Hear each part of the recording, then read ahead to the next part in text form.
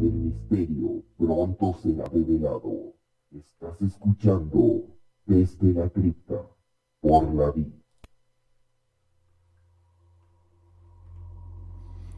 Ya, damas y caballeros, siendo exactamente las 9:57 de la noche, vamos colocándonos los audífonos. Esto se disfruta más con audífonos. Les voy a contar una historia, para que ya nos vamos. Esta historia es chilena y se llama Concón. Todo comenzó aquella noche de verano, en la que 7 personajes de esta historia nos encontrábamos casi embriagados a causa del whisky barato que habíamos comprado para aquella acampada. Nos hallábamos lejos de casa, casi a orillas de un río que en plena montaña y más de 40 kilómetros de la civilización, en medio de bosques y senderos perdidos. Los viajeros conocían como el paso del Concón. Casi embriagados, como mencioné, y con una soga de seda de unos 2 metros en las manos, esta historia se dio. Jugando con la soga en mis manos, a orillas de la fogata, observaba las pequeñas brasas que sobresalían y pensando en qué hacer para que la noche fuera interesante. Decidí a contar aquella vieja historia que mi abuelo se atrevió a contarme cuando yo apenas era un mocoso. El loco Cabrera, comencé, fue un ovejero de donde vivo, que conste, la historia no da miedo, pero sí es interesante. Ya, sin rodeos, cabro chico, dijo Wilson, el acordeonista del grupo del cual soy tecladista, y con el cual tuvimos cierto incidente en Salamanca. Bueno pues, el loco Cabrera era un ovejero de donde vivo yo. Aunque vivió hace cuánto, miré a Danilo, uno de los adultos con los que fuimos al viaje, 50 años, estaba casado y tenía un niño con su pareja. Un día, dispuesto a llevar a su rebaño hasta el rincón del Guindal, más o menos a 5 kilómetros de aquí, se decidió a salir temprano de casa y partió junto a su hijo. El niño dicen que tenía entre 12 y 13 años, y entre controlar a las bestias y esperar al pequeño, el viaje dejó exhausto al loco Cabrera, tanto que se vio en la obligación de detenerse aquí. Acamparon con las ovejas pastando por el lugar y en la noche, sin tener idea de por qué, mientras su hijo dormía, se acercó a él, besó su frente, tomó un tizón que había sobre el fuego y luego de besar a su hijo, clavó el tizón sobre su frente. El número 6 quedaría marcado sobre su piel si lograba quedar vivo, después de tanto forcejear contra su padre y si es que el llanto lograba regresarle la conciencia. Los gritos y patadas no cesaban, y el tizón seguía en la frente del niño, aunque como pudo, se zafó y trató de huir a la oscuridad que abrigaba al paso del Concón. Pero de nada le sirvió. El loco Cabrera lo alcanzó de igual manera, lo sostuvo un instante y así el pequeño se encontró frente a frente con el cuchillo que degolló su garganta y lo desangró hasta morir. El sujeto por su lado, sin bastarle lo que había hecho, mutiló a su propio hijo y lo tiró a las brasas que aún ardían. Cuando se dio cuenta del crimen que había cometido, lo invadió más profundamente la locura, como una peste que azota sin piedad cada rincón de tu cuerpo, carcomiéndote la cordura lentamente para que sientas la culpa de tus endemoniadas acciones. Con el arma, aún empapada de sangre, fue cortando su cuerpo de a poco. Estaba completamente desquiciado, borracho de demencia. Pareciéndole poco el crimen contra su hijo, mientras se cortaba, una oveja se le acercó, la miró y sin piedad hundió el cuchillo sobre su cuello.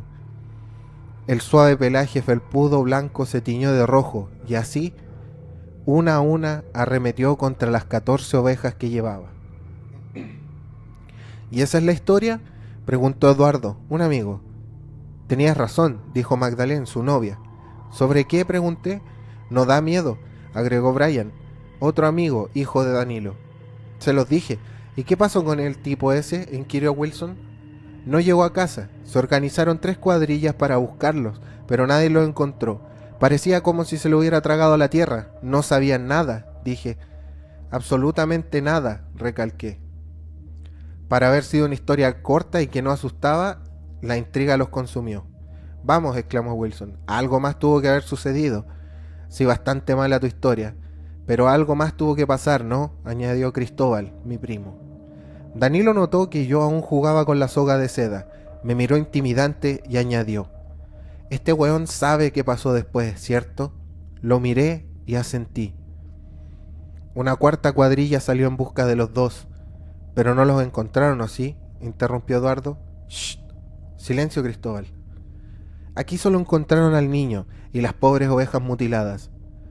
Supusieron que el loco Cabrera por ahí andaría, aunque por el estado de descomposición en que se encontraban los cuerpos, ese terrible hedor a la carne carcomida por las avispas, supusieron luego que ya se encontraría lejos del paso del Concón. Aunque eso no era suficiente, sospechaban que algo más había ocurrido. Recorrieron el paso del Concón hasta lo más profundo, donde el estero recorre la única vía para salir, y por donde ni siquiera la luz del día puede entrar. ¿Se escondía ahí?, preguntó Magdalene. Estaba ahí, asentí, solo que no se escondía. ¿Cómo?, preguntó Brian. Estaba sobre la nada, levitando sobre el agua, sostenido por una horca que pendía sobre la gruesa rama del sauce llorón. La frescura y sequedad habían mantenido alejadas a las avispas, y solo las llagas y coretes daban a conocer su demencia. Parecía muerto hace días, pero estaban frescas, y aún teñían de rojo las aguas del estero bajo él. Parecía como si después de muerto se hubiera seguido cortando, o que muerto después de muerto fue que se ahorcó.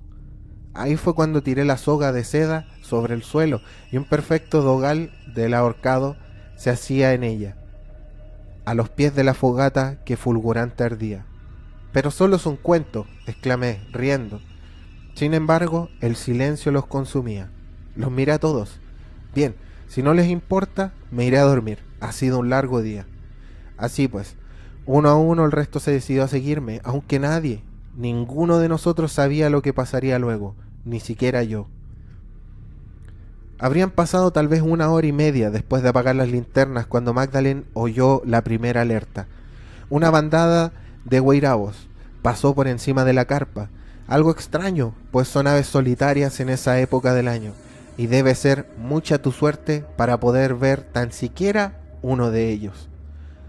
Al no reconocer su canto, me despertó por ser quien más cerca estaba de ella, ya que Eduardo, su novio, entre ronquidos y oculto entre las frazadas, era imposible despertarle, aunque pasase un tren de carga por encima de él.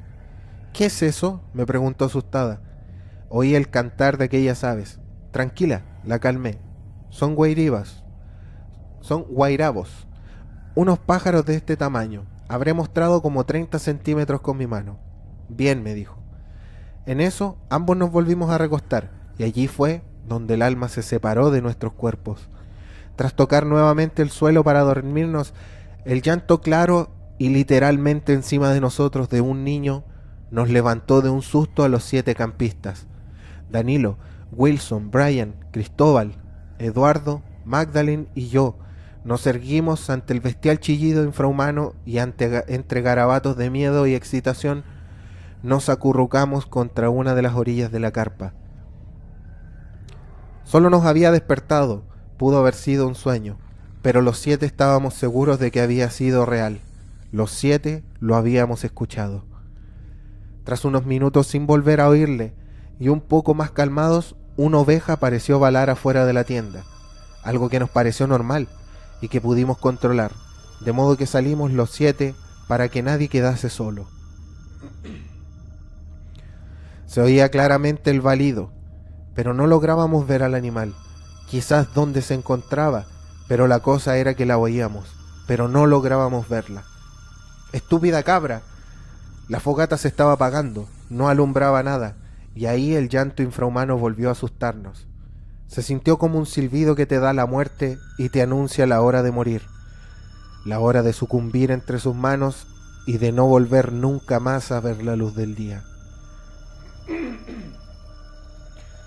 Quisimos entrar a la tienda, pero el balido de la oveja también se acrecentó. «Papá, oímos todos al mismo tiempo que se nos helaba la sangre que iba directo al corazón para darnos un paro. La risa demente que bajaba sobre los árboles y que parecía inundar todo el paso del Concón aumentaba de la misma manera que las ovejas balaban y que el niño lloraba o llamaba a papá. ¿Qué mierda?, preguntó Brian con el miedo impregnado en el rostro. Ya, exclamó Magdalene, si esta es una broma es de pésimo gusto. Las risas dementes, desquiciadas, locas aumentaban más sus decibeles y acrecentaban el volumen. Parecía que estaba acercando. Se acercaba de todas las direcciones. Nos tenía rodeados. No teníamos escapatoria. Andando, dijo Danilo. ¿Quién nos había llevado hasta allí? Una parvada de lechuzas pasó entre nosotros, y entre la demencia y el miedo comenzamos a correr con unas linternas al frente. Sentimos un golpe que no nos inmutamos en averiguar qué era, y continuamos corriendo. Pero las endemoniadas risas nos seguían hacia todas las direcciones, nos tenían rodeados. Escuchábamos claramente cómo los perros y gatos ladraban y maullaban entre los árboles, cómo las ovejas del loco Cabrera nos seguían, pues su valar nos seguía al rastro cual perro zorrero. El pequeño lloraba y gritaba sobre los árboles como un mono aullador. Gritaba, y sus gritos de dolor nos perforaban los oídos a tal grado que sentíamos el tibio de la sangre corriendo por nuestros cuellos. Habíamos llegado a un paso claro, entre el paso del Concón y la ruta que nos guiaría hasta Pirca, el sector más alto, donde se dividen los caminos, en el que nos llevaría la sociedad y el que nos traería de vuelta a ese maldito lugar. Nos tiramos al agua y comenzamos a correr en ella, pues no era tan profundo. El bullicio producido aquella noche nos hizo voltear y notar la clara luna que alumbraba la noche. Mas no el paso del Concón, en que aquel borde se separaba del río, ya había quedado atrás. No nos quedamos a contemplar el paisaje, seguimos corriendo, aunque lo ideal en aquel momento hubiera sido contemplar la luna, tal vez 5 segundos más, pero cuando nos dimos cuenta de todo, seguramente ya era muy tarde. La Pirca se divisaba, y al llegar allí nos percatamos de que, si los 7 nos quedábamos callados, el silencio reinaba. Aunque al callarnos los 7, el terror nos invadió mucho más al saber que habíamos solo 6, y uno de nosotros estaba perdido por ahí, entre tantos senderos que separaban nuestro destino con el destino fatal del que veníamos. ¿Y Brian?, preguntó Danilo. «Brian, ¿dónde está mi hijo?», preguntó desesperado. «No lo sé», respondí. «¿No ven?». «¿Qué?», inquirió Magdalena asustada. «No, ¿dónde está?». Claro, solo habíamos 6 allá. Brian quizás dónde estaba. «¿Dónde está mi hijo?», preguntó Danilo, tomándome de los brazos como si estuviera perdiendo la cordura y tendiéndome como a un loco. «¿Por qué debería saberlo yo?», espeté. «Tú eres su padre». La noche nos abrazó y entre debates sobre cómo volver dejamos que Danilo fuera solo en su búsqueda. Yo no iba a volver a encontrarme con la muerte, y menos aún el resto. La paternidad fue superior, y eso estaba bien.